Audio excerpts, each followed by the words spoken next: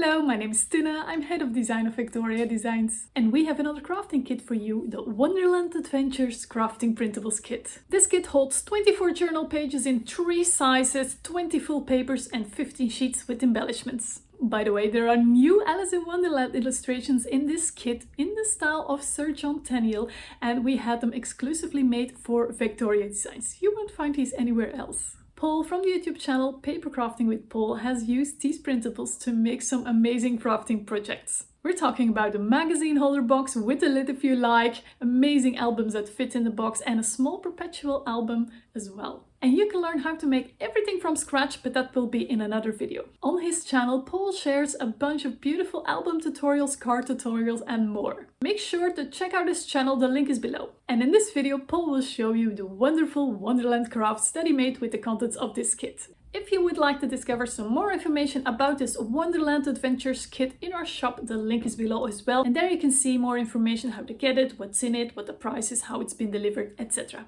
And now let me introduce you to Paul. Hi everyone. So in this video, I'm going to be showing you the main project. So the main project is a magazine folio box, like you use to hold your magazines, but I've made 2 of them so they slide on top of each other, and you can see how it's got that magazine folio, magazine holder shape to it.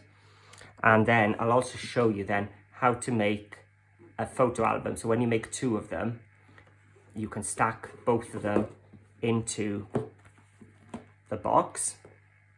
So I'll show you how to make just this repeating page and use the journal pages to decorate and make tuck spots and photo wallets, some more places to hide things. Oh, let me take it out again, place it back in there.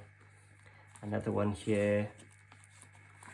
So I'll show you how to make a little mini album as well. So I decorated both mine the same, but it gives you a chance to use more of your papers from the kit because there is lots in the kit, and also giving you extra opportunities to decorate it your way and personalize it.